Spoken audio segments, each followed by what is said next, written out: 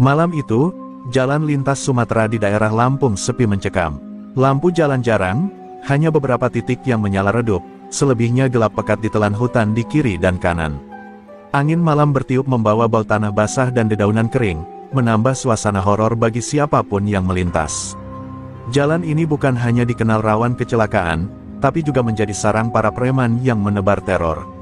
Para sopir menyebutnya jalur maut, bukan tanpa alasan. Di balik sunyi itu, bayangan hitam berkeliaran di pinggir jalan. Mereka adalah gerombolan Mat Gober, preman kejam yang sudah bertahun-tahun merajalela.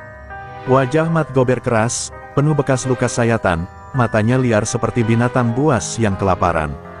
Ia dikenal suka menjerat sopir truk di tengah malam, memaksa mereka menyerahkan uang dan barang, bahkan tak segan melukai jika ada yang melawan. Nama Mat Gober sudah seperti momok, membuat sopir lebih takut bertemu dengannya daripada polisi jalanan. Di sebuah tikungan, suara tawa kasar terdengar pecah di udara. 5 orang anak buah Mat Gober duduk melingkar sambil menenggak minuman oplosan murahan. Mereka menunggu mangsa berikutnya, sambil sesekali menyalakan rokok yang asapnya melayang bersama kabut tipis malam itu. Jalanan yang lengang seperti sudah mereka kuasai. Malam ini pasti ada truk besar lewat, bos. Kita sikat lagi, ucap salah satu anak buahnya, matanya merah menyala karena alkohol. Mat Gober hanya menyeringai sambil mengasah pisaunya di atas batu. Suara gesekan logam itu membuat bulu kuduk meremang. Siapapun yang lewat sini, harus tahu siapa penguasa jalan ini. Kalau nggak mau nurut, ya kita kasih pelajaran. Nyawa mereka nggak lebih berharga dari sebatang rokok di tanganku, katanya dingin. Anak buahnya tertawa mengiyakan, seolah hidup dan mati orang lain hanyalah permainan. Di sisi lain, sopir-sopir truk yang melintas jalur itu sudah terbiasa mendengar kisah seram tentang Mat Gober. Ada yang kehilangan muatan, ada yang babak belur dipukul, bahkan ada yang tidak pernah kembali. Nama Mat Gober tersebar luas dari mulut ke mulut, dari warung kopi sopir hingga terminal-terminal besar. Cerita tentangnya jadi legenda gelap yang membuat siapapun menghindari jalur ini. Namun, di balik teror yang diciptakan Mat Gober, ada rasa puas dalam dirinya. Ia merasa dirinya raja jalanan, tidak ada hukum yang bisa menyentuhnya. Berkali-kali polisi mencoba menangkap, tapi ia selalu lolos. Entah karena licin, atau karena ada oknum yang membekingi. Satu hal yang pasti, semakin lama ia merasa kebal, semakin besar pula kejahatan yang ia lakukan. Malam itu, bulan hanya setengah, sinarnya samar tertutup awan. Jalan lintas tampak seperti lorong panjang menuju kegelapan tanpa ujung. Suara serangga malam dan lolongan anjing hutan sesekali memecah keheningan. Preman-preman itu menunggu dengan penuh sabar, seperti harimau lapar mengintai mangsa. Mereka tidak tahu bahwa malam itu akan berbeda dari biasanya. Malam itu, jalanan akan menjadi saksi berakhirnya kekuasaan Mat Gober. Di kejauhan, lampu besar truk mulai tampak menyala dari tikungan. Suara mesin beratnya bergemuruh, mengguncang tanah berdebu di sekitarnya. Anak buah Mat Gober segera berdiri, wajah mereka penuh antusias. "Mangsa datang, bos," teriak salah satu dari mereka. Mat Gober berdiri tegak, pisaunya berkilat terkena sinar lampu truk yang mendekat. Senyum liciknya muncul, ia tidak tahu, kendaraan yang datang kali ini dikemudikan oleh seorang pria yang berbeda dari sopir biasanya. Seorang bernama Aldo Pirang. Truk besar itu makin mendekat, sorot lampunya menembus gelap malam. Ban-ban raksasa menggerus aspal, meninggalkan suara gemuruh yang terdengar jelas oleh gerombolan Mat Gober. Dengan isyarat tangan, Mat Gober memerintahkan anak buahnya bersiap di posisi masing-masing. 2 orang berdiri di tengah jalan sambil melambaikan kayu besar, sementara 3 lainnya bersiap di sisi kanan kiri jalan. Malam yang sunyi seketika berubah mencekam, seperti jebakan maut yang telah disiapkan matang. Ketika truk berhenti mendadak, debu jalanan mengepul ke udara. Dari balik kaca depan, siluet pengemudi tampak samar, namun ketegangan bisa dirasakan. Mat Gober melangkah maju dengan gaya pongah, pisau besar di tangannya berkilau terkena lampu truk. "Heh, sopir, turun lo kalau mau selamat. Jalan ini ada yang punya." Suaranya menggelegar, membuat udara seolah membeku. Anak buahnya ikut bersuara, menendang ban truk dan memukul bodi kendaraan dengan kayu. Suara dentuman itu memantul ke hutan sekitar, seperti genderang perang yang memanggil maut. Sopir-sopir yang pernah melewati situasi ini tahu, kebanyakan hanya bisa pasrah. Uang habis dipalak, muka lebam dipukul, dan hanya bisa berharap nyawanya selamat. Malam ini, gerombolan Mat Gober kembali haus darah dan uang. Mat Gober tertawa keras, memamerkan gigi kuningnya yang rusak karena kebiasaan buruk. "Cepetan turun, atau truk lo gue bakar di tempat," ancamnya sambil menyulut korek api. Api kecil itu terlihat jelas di tengah kegelapan, seperti sinyal kehancuran yang siap meledak kapan saja. Anak buahnya bersorak mendukung, merasa tak ada satupun sopir yang berani melawan. Namun, dari balik kaca truk, pengemudi itu hanya diam. Tidak ada tanda ketakutan, tidak juga tanda menyerah. Pandangan matanya lurus menatap ke arah Mat Gober. Ia tidak membuka pintu, tidak pula menurunkan kaca. Hanya sorot matanya yang dingin, membuat Mat Gober sedikit heran. Sopir macam apa ini, yang berani menatap tanpa gentar? Salah satu anak buah Mat Gober kehilangan kesabaran. Ia memukul kaca truk dengan keras menggunakan batang besi, berharap sopir itu keluar.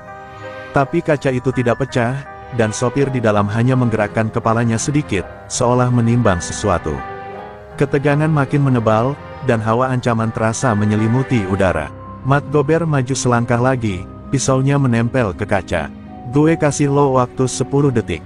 Kalau nggak keluar, lo bakal menyesal seumur hidup," teriaknya penuh emosi. Malam yang hening kini dipenuhi suara kasar dan ancaman. Anak buahnya bersorak, yakin bahwa sopir itu akan menyerah, seperti ratusan sopir lain yang pernah mereka taklukkan sebelumnya. Mereka tidak tahu, di balik kaca itu duduk seorang pria dengan keberanian berbeda.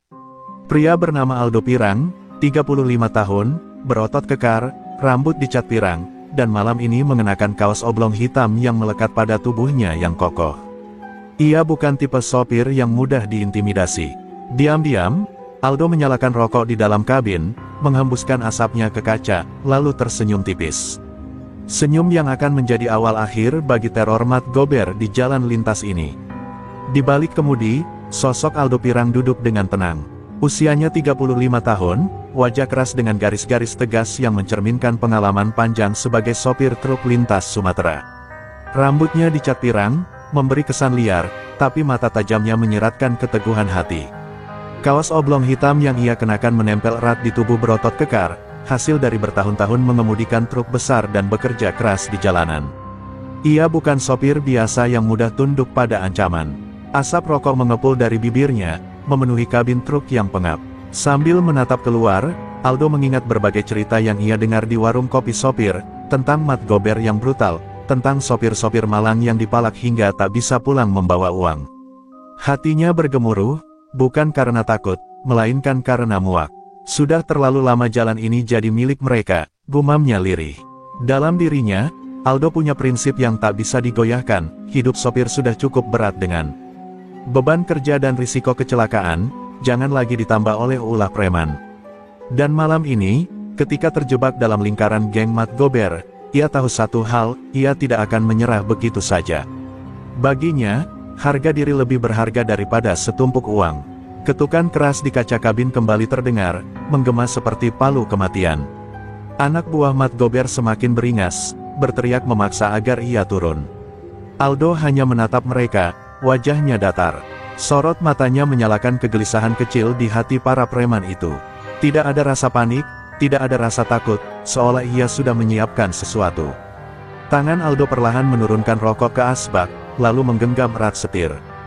Jemarinya menegang, otot lengannya menonjol, seolah siap menghadapi apapun yang akan terjadi.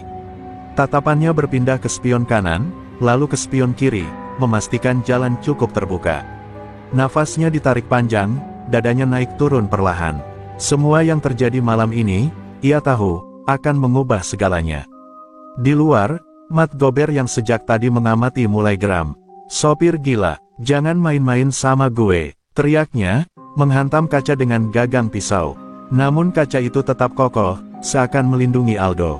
Sementara itu, dari balik kabin, Aldo hanya menyeringai tipis, senyum dingin yang membuat Mat Gober semakin terbakar amarah. Di kepalanya, Aldo mendengar suara ayahnya yang dulu juga seorang sopir, "Jangan pernah biarkan preman menginjak harga dirimu, Do. Kalau kau diam, mereka akan makin berani." Kata-kata itu berputar seperti gema di dalam hatinya. Malam ini, kata-kata itu menjadi nyata. Aldo bukan hanya sedang membawa muatan sayur, ia sedang membawa warisan harga diri seorang sopir lintas. Dan di balik senyum dinginnya, Aldo sudah memutuskan, ia tidak akan turun menyerahkan uang, ia tidak akan merelakan harga dirinya diinjak. Jika geng Mat Gober ingin perang, maka malam ini jalan lintas akan menjadi medan pertempuran. Truk Aldo perlahan digiring ke tepi jalan oleh teriakan dan ancaman para preman. Ban besar berhenti berderit, meninggalkan debu tebal yang berterbangan di udara. Dari luar, Mat Gober berdiri tegap di depan kap truk, seolah ia benar-benar raja jalanan. Lampu truk yang terang menyorot tubuhnya, memperlihatkan wajah penuh luka yang semakin menakutkan. Malam yang hening kini jadi panggung pertemuan dua sosok keras kepala. Mat Gober mendekat sambil menepuk-nepuk pisau besarnya di telapak tangan. "Heh, sopir, gue kasih kesempatan terakhir. Turun lo sekarang, kasih duit rokok sama jatah keamanan. Kalau enggak, jangan harap lo bisa lewat malam ini dengan selamat," katanya, suaranya serak namun penuh ancaman. Anak buahnya bersorak, menepuk-nepuk besi, seperti mengiringi orkestra kekerasan yang akan segera dimainkan. Aldo tidak langsung turun, ia hanya menatap tajam dari balik kaca, membiarkan ketegangan itu menumpuk. Dalam hati, ia tahu inilah detik yang akan menentukan apakah ia hanya akan jadi korban seperti sopir lain, atau justru jadi akhir dari teror Mat Gober.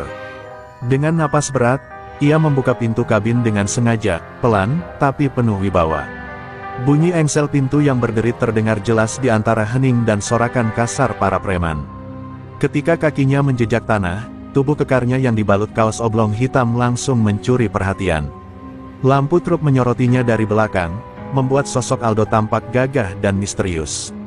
Rambut pirangnya berkilau samar, wajahnya keras namun tanpa ketakutan sedikitpun. Anak buah Mat Gober saling pandang, tak menyangka sosok sopir ini berbeda dari kebanyakan sopir yang biasanya gemetar ketakutan.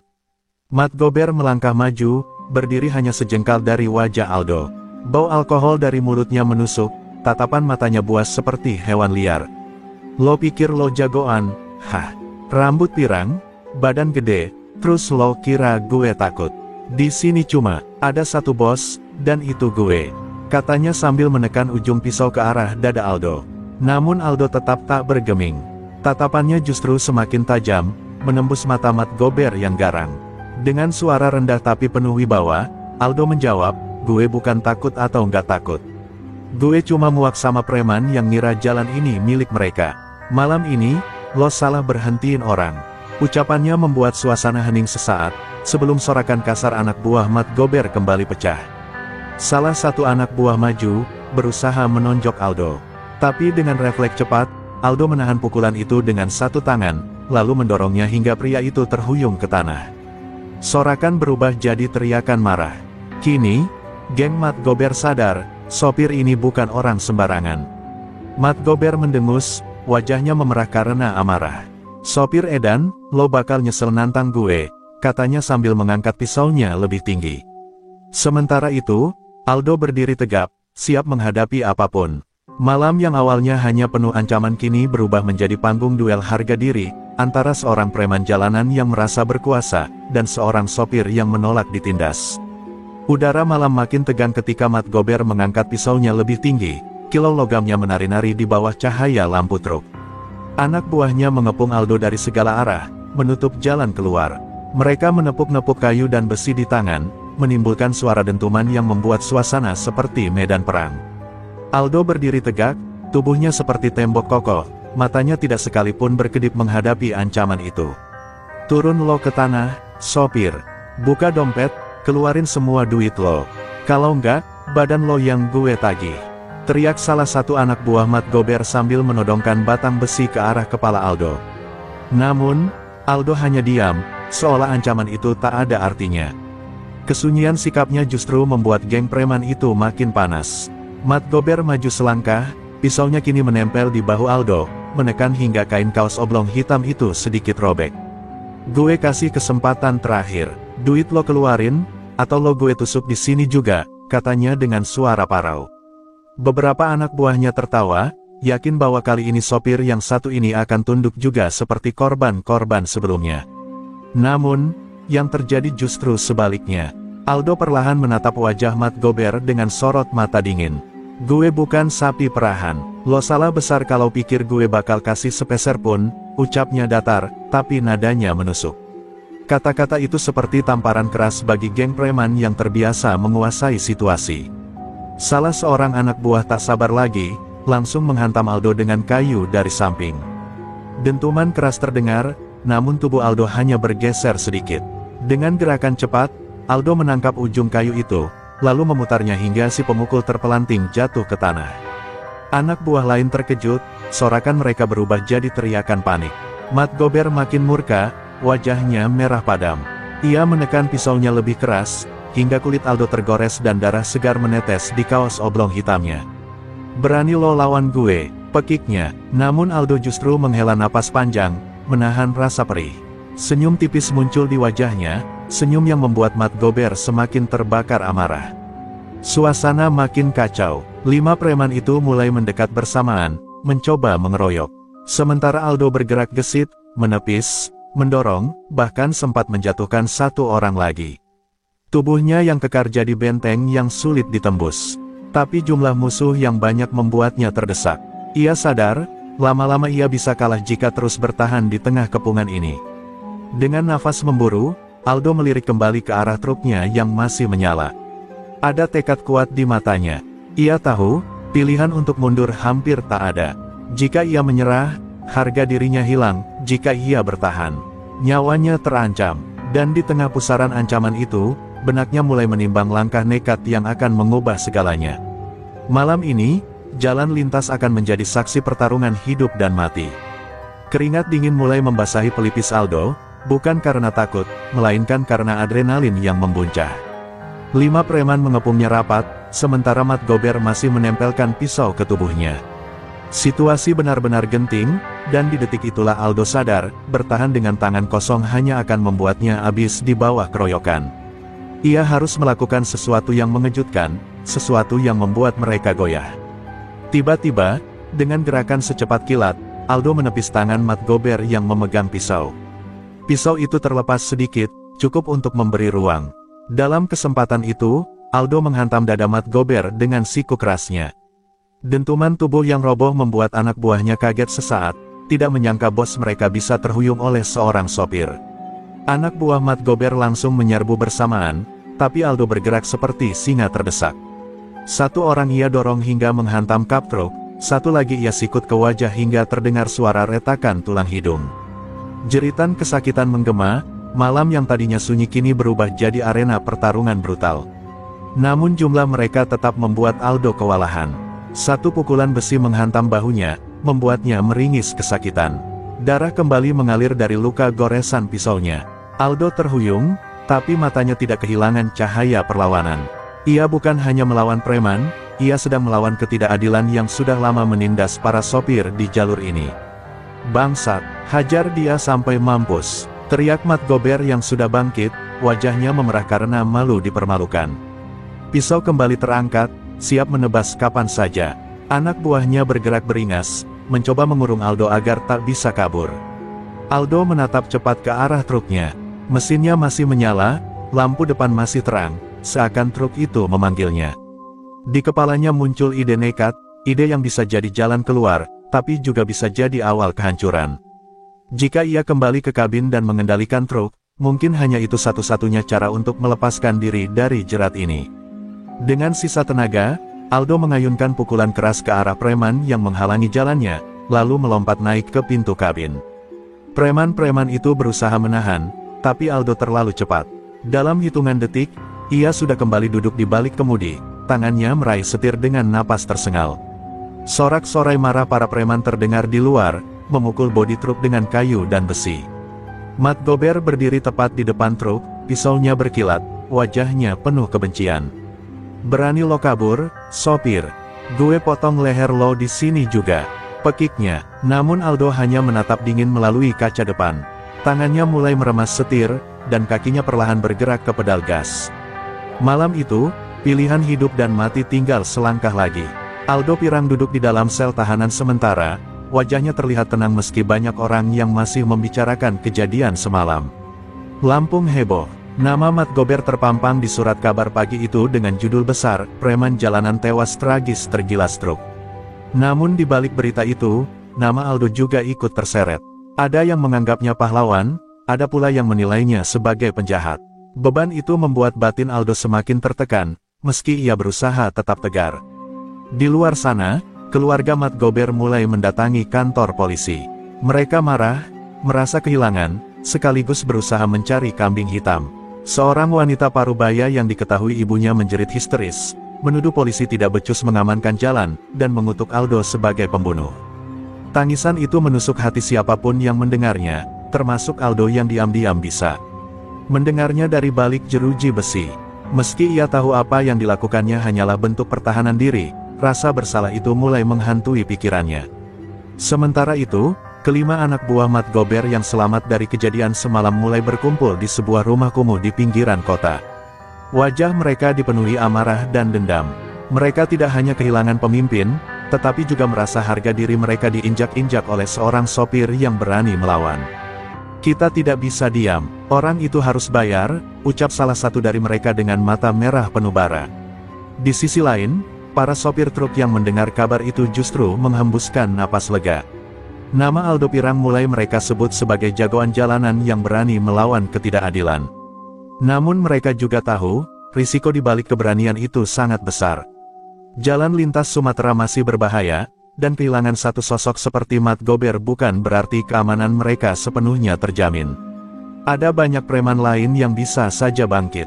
Malam harinya, Aldo duduk bersila di lantai sel, menatap langit-langit sambil mengingat wajah anak dan istrinya di rumah. Ia tahu keluarganya pun pasti cemas dengan keadaannya sekarang.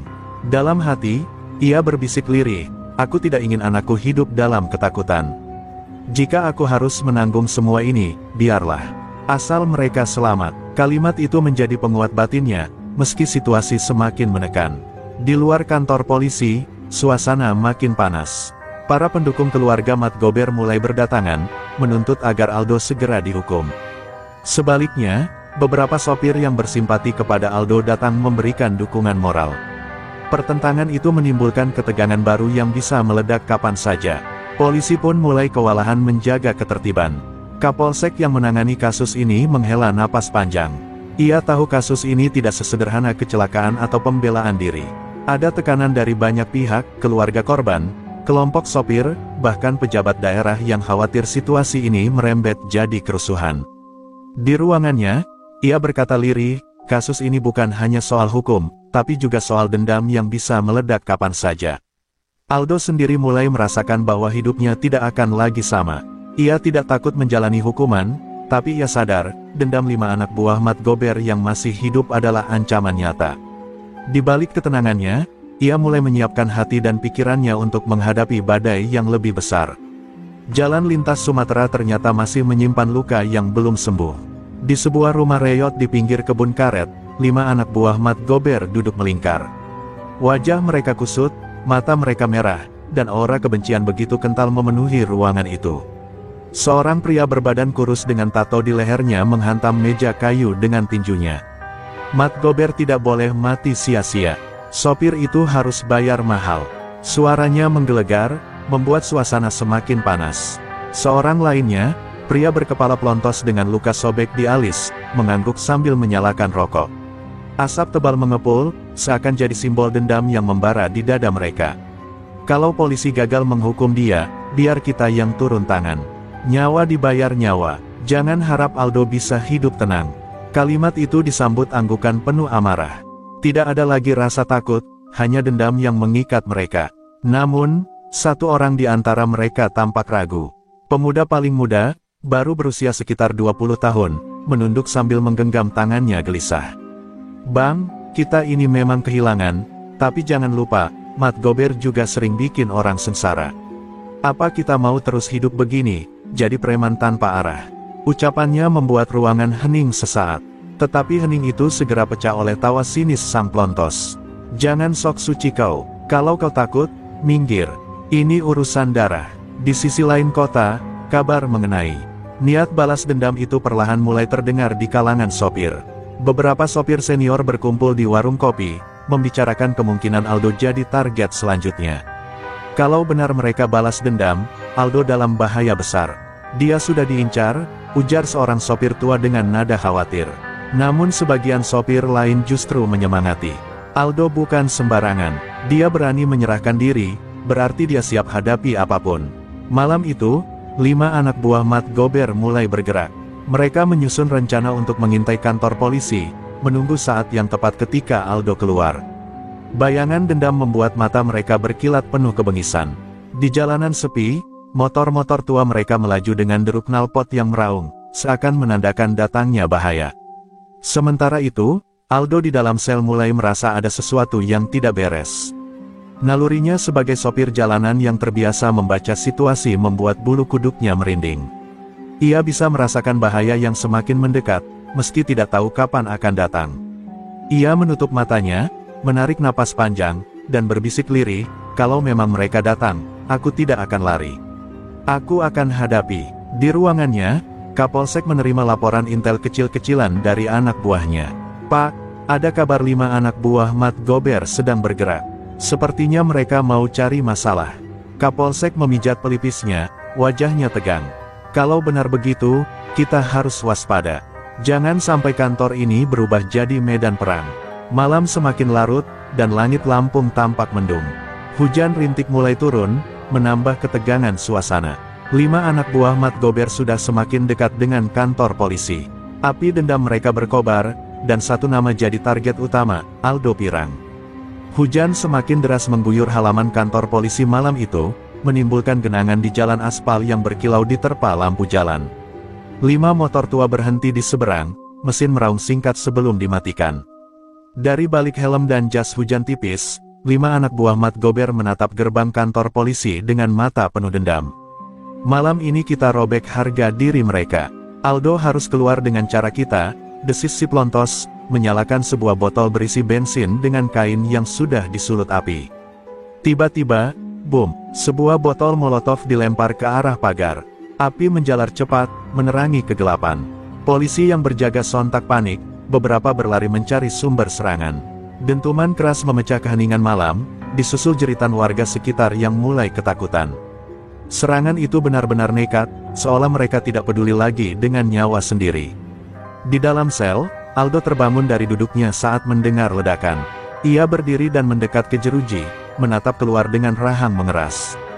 Mereka datang, gumamnya lirih. Meski dadanya bergemuruh, wajahnya tetap tenang. Ada semacam tekad baja yang membuatnya tidak gentar sedikitpun. Ia tahu, inilah saat di mana dendam itu benar-benar menuntut darah. Polisi segera membalas. Dentuman tembakan peringatan terdengar, memecah malam. Namun para penyerang tidak gentar. Batu, botol, bahkan senjata tajam dilemparkan ke arah kantor polisi. Seorang polisi muda hampir terkena lemparan besi, membuat suasana semakin kacau. Kapolsek berteriak lantang, kuatkan barisan. Jangan biarkan mereka masuk. Sementara itu, warga yang tinggal di sekitar kantor polisi mulai panik. Mereka berhamburan keluar rumah, ada yang menjerit, ada pula yang berdoa sambil menutup telinga. Dentuman demi dentuman terasa mengerikan, seakan Lampung kembali dicekam oleh teror Matt Gober, meski sang pemimpin sudah mati. Namun kali ini, dendam anak buahnya yang menyalakan api. Aldo menutup matanya sebentar, lalu membuka dengan tatapan tajam. Kalau aku keluar malam ini, pasti ada darah yang tumpah.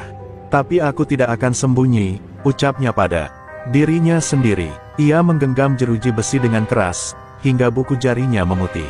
Polisi yang berjaga sempat meliriknya, melihat keteguhan seorang pria yang sama sekali tidak gentar menghadapi maut. Ledakan kedua terjadi, lebih besar dari sebelumnya. Sebuah motor di dekat gerbang terbakar, menimbulkan cahaya oranye yang menari di bawah hujan. Asap hitam membubung, menambah sesak udara. Suasana benar-benar seperti medan perang. 5 anak buah Matt Gober berteriak histeris, nama Aldo berkali-kali disebut dengan penuh kebencian. Keluarkan dia, keluarkan Aldo Pirang. Malam itu, Lampung benar-benar diguncang. Dentuman maut bukan hanya sekadar ledakan molotov, melainkan juga dentuman dendam yang akan membuka jalan menuju pertarungan berikutnya. Di balik jeruji besi, Aldo sudah bersiap. Ia tahu, apapun yang terjadi, hidupnya tak akan lagi kembali seperti semula. Hujan deras tak kunjung reda, tapi api dari molotov yang dilemparkan 5 anak buah Mat Gober masih berkobar di depan gerbang kantor polisi. Polisi mulai menambah tembakan peringatan, kali ini lebih keras dan terarah. Dor, dor, suara senjata api membuat sebagian warga yang masih nekat menonton berlarian ketakutan. Para penyerang awalnya berusaha bertahan, tapi dentuman tembakan membuat mereka mulai goyah. Seorang polisi berhasil merangsek maju sambil menendang salah satu botol molotov yang belum sempat dilempar. Api menyambar ke arah jalan, membuat si pemuda kurus dengan tato di leher panik melompat mundur. "Bang, mundur dulu, mereka banyak," teriaknya ketakutan. Namun si pelontos masih berteriak lantang, "Jangan takut, kita belum kalah." Meski begitu, sorot matanya mulai ragu. Dari balik jeruji, Aldo mengamati dengan seksama. Ia melihat satu persatu anggota geng itu mulai kehilangan keberanian. Rasa dendam yang membakar mereka kini berbalik menjadi rasa takut ketika berhadapan dengan barisan polisi bersenjata lengkap. Aldo hanya bergumam, mereka pikir dendam bisa melawan hukum dan keberanian. Lihatlah, nyali mereka rapuh. Dentuman ketiga kembali terdengar, kali ini bukan dari molotov, melainkan ban motor yang terbakar meledak keras. Api memercik, menyambar ke arah dua penyerang yang tidak siap. Mereka terjungkal, pakaian mereka hampir terbakar sebelum buru-buru dipadamkan oleh hujan deras. Jeritan mereka memecah semangat kelompok itu, membuat 3 orang lainnya saling pandang dengan wajah pucat. Kapolsek yang sejak tadi mengamati situasi segera mengambil langkah cepat. "Tangkap mereka sekarang juga," teriaknya lantang. Polisi menyerbu keluar dari gerbang, menembakkan gas air mata untuk memecah konsentrasi lawan. Seketika, geng itu kocar-kacir. Mereka berusaha melarikan diri dengan motor, namun licinnya jalan membuat salah satu dari mereka tergelincir jatuh. Warga sekitar bersorak kecil dari kejauhan ketika melihat para preman itu panik. 5 orang yang tadinya datang dengan dendam membara, kini terlihat seperti tikus basah yang kehilangan arah. Dentuman maut yang mereka ciptakan sendiri justru berbalik menjadi bumerang. Teror yang ingin mereka bangun hanya meninggalkan jejak kekalahan. Aldo, yang masih berada di sel, memejamkan mata dan menghela napas panjang.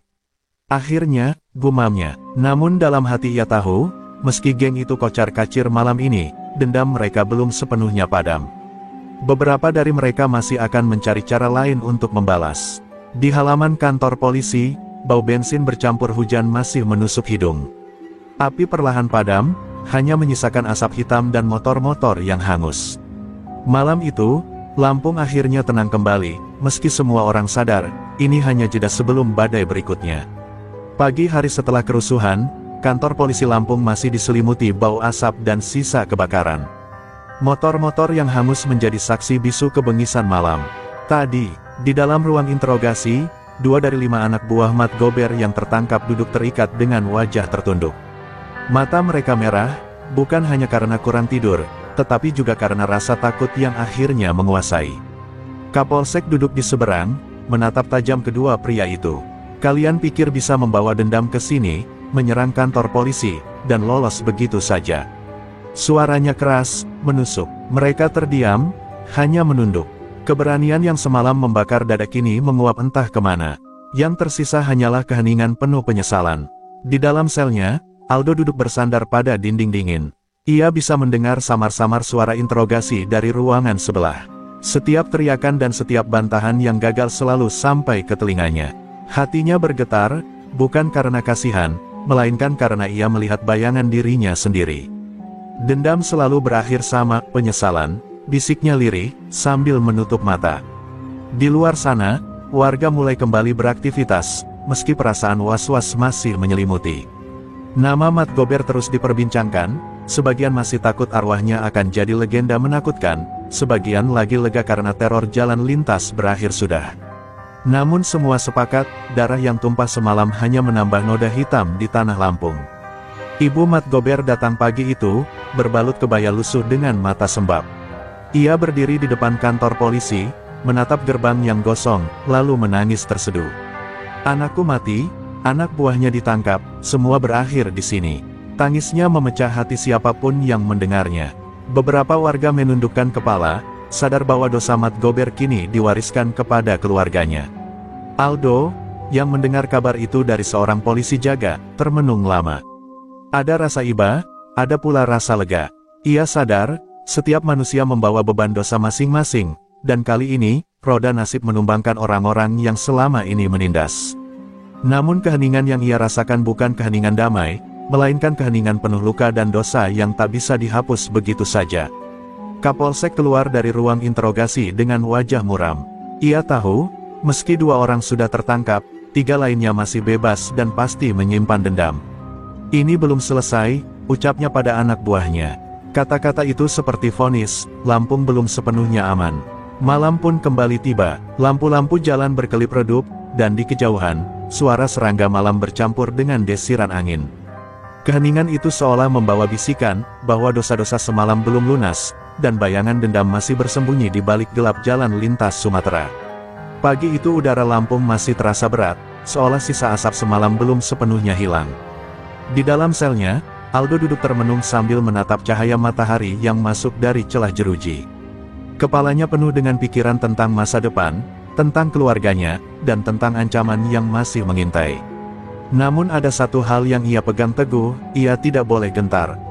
Kalau aku takut, aku sudah kalah sejak awal, batinnya. Kapolsek masuk membawa secangkir kopi, menatap Aldo dengan sorot penuh pertimbangan.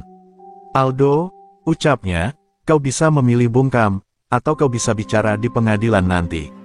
Tapi satu hal yang pasti, 3 anak buah Mat Gober masih berkeliaran. Mereka bukan hanya ancaman buatmu, tapi juga untuk sopir-sopir lain. Aldo menatap lurus, suaranya tegas, saya tidak akan sembunyi. Kalau mereka mencari saya, biar saya hadapi. Saya sudah siap dari awal. Ucapan itu membuat Kapolsek menghela napas panjang. Ia tahu, keberanian Aldo bisa jadi kekuatan, tapi juga bisa jadi bumerang. Kau sadar risikonya? Tanyanya lagi. Aldo hanya mengangguk. Sadar, tapi saya lebih takut kalau anak saya tumbuh dalam dunia yang dipenuhi preman. Biarlah saya yang jadi pelindung, meski harus menanggung akibatnya. Sementara itu, kabar tentang keberanian Aldo mulai menyebar ke kalangan sopir. Di warung kopi, terminal, hingga pos peristirahatan, namanya dibicarakan dengan rasa hormat. Aldo Pirang itu bukan cuma sopir, dia simbol perlawanan, kata seorang sopir tua sambil menepuk meja. Mereka sepakat, sudah saatnya para sopir tidak lagi tunduk pada preman jalanan. Di sisi lain, 3 anak buah Mat Gober yang masih bebas mulai menyusun strategi. Mereka tahu 2 kawan mereka sudah ditangkap, tapi dendam mereka tidak padam. Kita harus cari cara lain. Kalau frontal, kita kalah. Tapi kalau kita sabar, kita bisa dapatkan Aldo di luar sana, bisik salah satu dari mereka. Kalimat itu disambut tatapan penuh kebencian, menandakan badai belum berakhir. Malamnya, Aldo berdiri di sudut sel, menatap bulan yang tertutup awan tipis. Ia merasakan ketegangan di dadanya, tapi juga semangat yang aneh, semangat keberanian. Kalau memang mereka akan datang lagi, aku harus siap. Aku tidak boleh hanya jadi tahanan yang menunggu nasib, gumamnya. Ia mulai melatih pernapasan, menguatkan tubuh, seolah bersiap untuk medan perang yang lain. Keheningan malam terasa seperti ujian. Setiap desiran angin, setiap suara tikus berlarian di atap, terdengar seperti tanda bahaya. Namun Aldo tetap tenang. Ia tahu, keberanian bukan berarti tanpa rasa takut, melainkan kemampuan untuk tetap berdiri meski rasa takut itu ada. Langkah keberanian itu sudah ia pilih. Sejak ia menolak lari dan memilih menyerahkan diri, jalan hidupnya berubah. Kini, setiap detik adalah pertaruhan, dan ia bertekad untuk menanggungnya, demi dirinya, demi keluarganya, dan demi para sopir lain yang selalu hidup di bawah bayang-bayang preman jalanan. Kabar tentang 3 anak buah Mat Gober yang masih berkeliaran mulai membuat suasana mencekam. Polisi tidak bisa berdiam diri, apalagi setelah serangan brutal ke kantor mereka beberapa malam lalu. Kapolsek mengumpulkan seluruh anggotanya di aula kecil, wajahnya serius. Kita tidak boleh lengah. 3 buron ini bukan preman biasa. Mereka sudah berani menyerang aparat. Itu artinya mereka nekat, bisa melakukan apa saja, ucapnya lantang, membuat semua hadirin terdiam. Beberapa polisi muda tampak gugup, mengingat bagaimana molotov-molotov itu meledak di depan gerbang. Namun Kapolsek segera menenangkan mereka. Kalian harus ingat, kita bukan hanya menjaga kantor, tapi juga menjaga masyarakat. Kalau 3 orang ini dibiarkan, mereka akan jadi simbol teror baru di jalan lintas. Ucapannya memantik semangat, meski bayangan malam berdarah itu masih melekat di kepala mereka. Di meja rapat, peta jalur lintas Sumatera terbentang.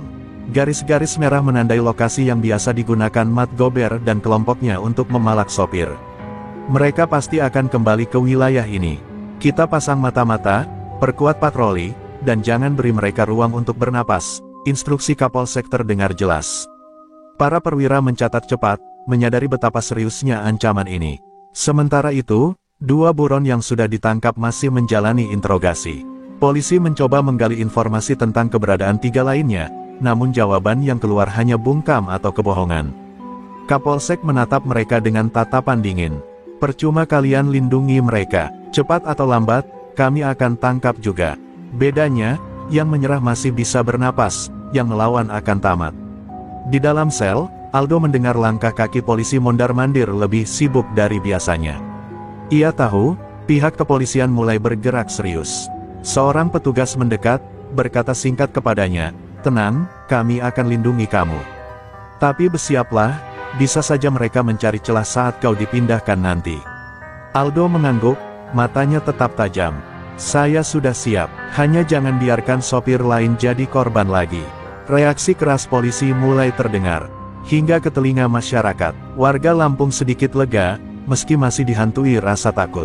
Sopir-sopir yang biasanya apatis kini merasa ada harapan. Mereka melihat polisi tidak lagi sekadar menutup mata, melainkan benar-benar siap menindak. Nama Aldo pun semakin menjadi simbol keberanian, membuat polisi semakin terdorong untuk menuntaskan kasus ini. Namun di balik semua persiapan itu, Kapolsek tahu medan tidak akan mudah. 3 orang yang tersisa lebih licik dan lebih ganas dari 2 yang sudah tertangkap. Mereka bisa bersembunyi di hutan karet, bisa menunggu di tikungan gelap, bisa menyerang kapan saja. Kita harus lebih cerdas dari mereka, bisiknya pada dirinya sendiri. Malam itu, kantor polisi yang biasanya sepi berubah jadi markas penuh strategi. Senjata disiapkan, mobil patroli berderet, dan mata-mata mulai disebar ke berbagai titik. Reaksi polisi kali ini bukan lagi defensif.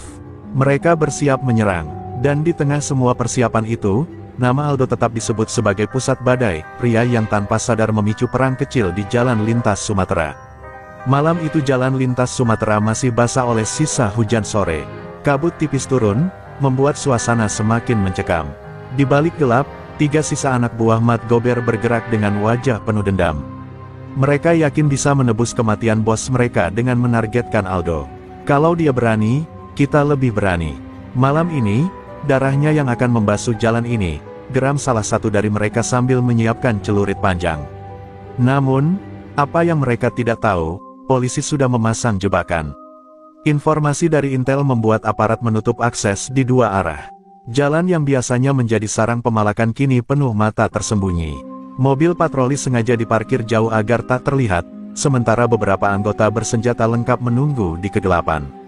Aldo, yang masih berada dalam perlindungan polisi, sengaja diajak melewati jalur itu sebagai umpan. Meski hatinya gelisah, ia tak menolak. Kalau ini bisa menghentikan teror mereka, saya siap. Jangan sampai ada sopir lain yang jadi korban lagi, ucapnya tegas.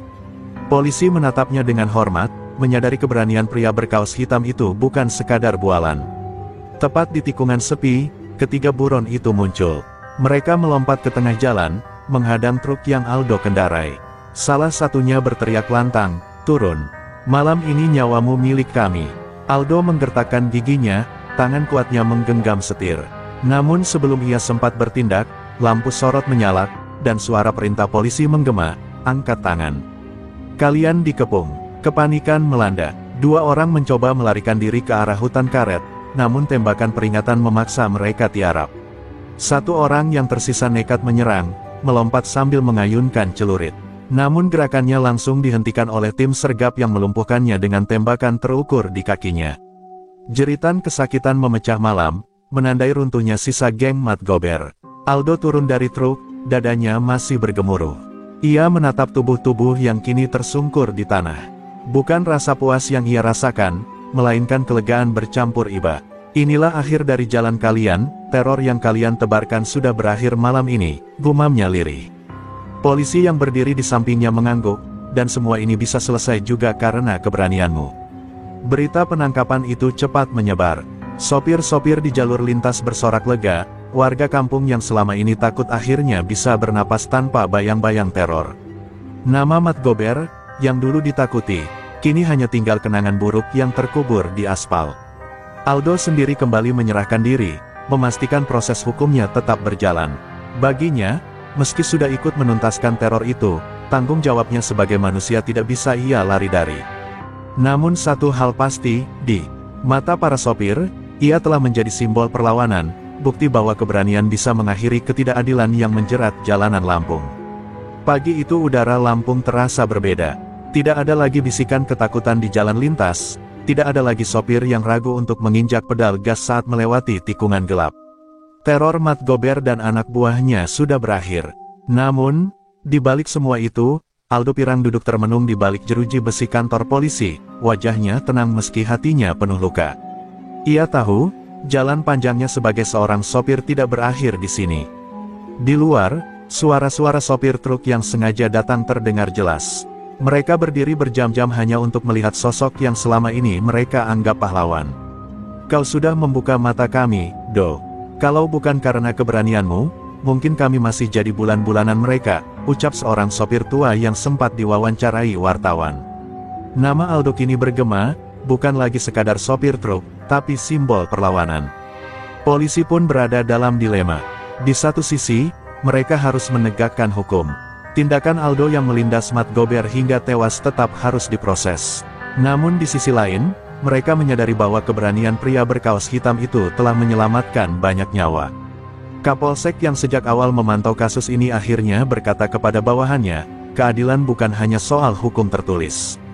Keadilan adalah juga tentang nurani. Hari demi hari berlalu, dan sidang Aldo digelar.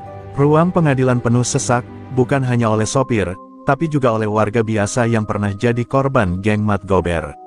Mereka datang membawa poster sederhana bertuliskan Aldo bukan penjahat. Sorak-sorai dukungan menggema, membuat hakim dan jaksa menyadari betapa besar dampak peristiwa itu bagi masyarakat. Ketika akhirnya keputusan dibacakan, suasana menegang. Aldo dijatuhi hukuman ringan, lebih kepada formalitas hukum daripada hukuman sejati. Hakim menekankan bahwa tindakannya adalah bentuk pembelaan diri dan keberanian melawan kejahatan. Ruangan pengadilan pun pecah oleh tepuk tangan. Aldo menunduk, bukan karena kalah, melainkan karena haru. Setelah bebas, Aldo kembali ke jalanan. Namun kali ini, ia tidak lagi hanya sekadar sopir truk. Ia membawa nama dan kisah yang selalu akan diingat oleh sesama pengemudi. Di setiap tikungan jalan lintas, orang-orang akan menyebut namanya, menceritakan bagaimana seorang sopir sederhana berani menantang teror yang selama ini membungkam banyak mulut. Malam itu, saat Aldo kembali mengemudi, ia menatap jalan panjang di depannya. Lampu truknya menembus gelap, angin malam berhembus di wajahnya. Jalan ini tidak akan pernah berakhir, selama aku masih bisa memegang setir, gumamnya pelan. Ia tahu, jalan panjang seorang sopir bukan hanya soal perjalanan antar kota, melainkan juga perjalanan melawan rasa takut, melawan ketidakadilan, dan menjaga martabatnya sebagai manusia. Dan di sanalah, kisah Aldo Pirang ditutup. Bukan dengan kemewahan, bukan dengan tepuk tangan gemerlap, tapi dengan suara mesin truk yang menderu di jalan lintas Sumatera, jalan panjang yang menjadi saksi bisu keberanian seorang sopir biasa yang melawan teror, hingga namanya abadi di hati mereka yang pernah takut. Terima kasih telah menonton dan menemani perjalanan kisah kami di channel Pelayan Surga. Setiap like, komentar, dan dukungan dari kalian adalah cahaya yang menyemangati kami untuk terus berkarya. Semoga kebaikan, keberanian, dan kebijaksanaan selalu menyertai langkah kalian setiap hari. Jangan lupa terus dukung channel Pelayan Surga dengan like, komentar, dan subscribe, agar kita bisa terus menghadirkan cerita inspiratif, penuh aksi, dan pelajaran hidup yang berharga. Semoga setiap kisah yang kami bagikan membawa manfaat, motivasi, dan kebahagiaan bagi kalian semua. Doa terbaik kami, untuk kalian, semoga Allah Subhanahu wa Ta'ala senantiasa melindungi, memberkahi, dan menuntun setiap langkah kalian menuju kebahagiaan, keselamatan, dan kesuksesan. Tetaplah berani, tetaplah beriman, dan terus sebarkan kebaikan dimanapun kalian berada.